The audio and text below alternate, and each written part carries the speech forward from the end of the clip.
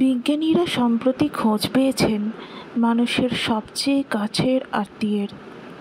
বিবর্তনের ইতিহাসে Homo sapiens তৈরির ঠিক আগেই কারা ছিলেন মানুষের পূর্বপুরুষ তারই খোঁজ পেলেন তারা। মনে করা হয় মানুষের সবচেয়ে কাছের পূর্বপুরুষ ছিলেন নিয়ান্ডারথ্যালরা। নতুন এই গবেষণা ভেঙে দিল সে ধারণা।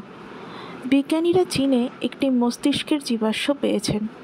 এখনও পর্যন্ত বিবর্তনের পথে মানুষের যত জীবাশ্ম পাওয়া গেছে তার মধ্যে এটিই সবচেয়ে বড়।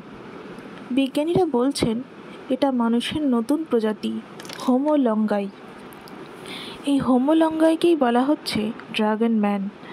বিবর্তনের ধারায় এই ড্রাগন ম্যানই ছিল আধুনিক মানুষ তৈরি হওয়া ঠিক আগের প্রকার।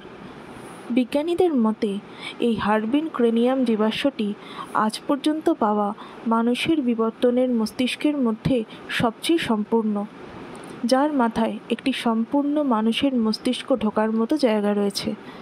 রয়েছে অতিরিক্ত বড় দাঁত, বড় মুখগহ্বর আর কিছুটা চৌকো ধরনের চোখের জায়গা। এইসব দেখে বিজ্ঞানীদের ধারণা হয় বিবর্তনের ধারায় এটিই হলো মানুষের সবচেয়ে কাছের পরিজন।